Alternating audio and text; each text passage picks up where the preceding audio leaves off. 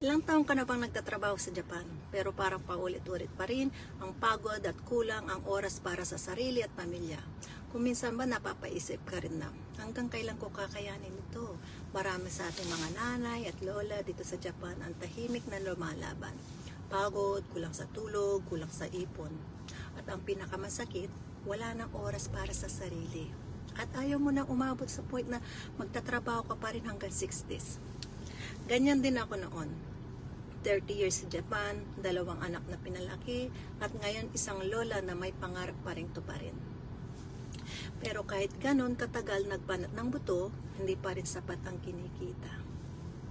Hindi ko pa rin nararamdaman ng totoong time freedom. Hanggang sa naisip ko, kung hindi ako kikilos, ngayon kailan pa? At alam mo ba, hindi lang pala ako ang may ganitong kwento. Ikaw rin. Ikaw na pagod na pero hindi sumusuko. Ikaw na may pangarap pa kahit tumatanda. Ikaw na gustong baguhin ang takbo ng buhay bago pa maging huli ang lahat. Isipin mo ito. Araw na mas marami kang oras sa pamilya mo. Araw na hindi ka na nakatali sa oras ng trabaho. Araw na may income ka kahit nasa bahay ka.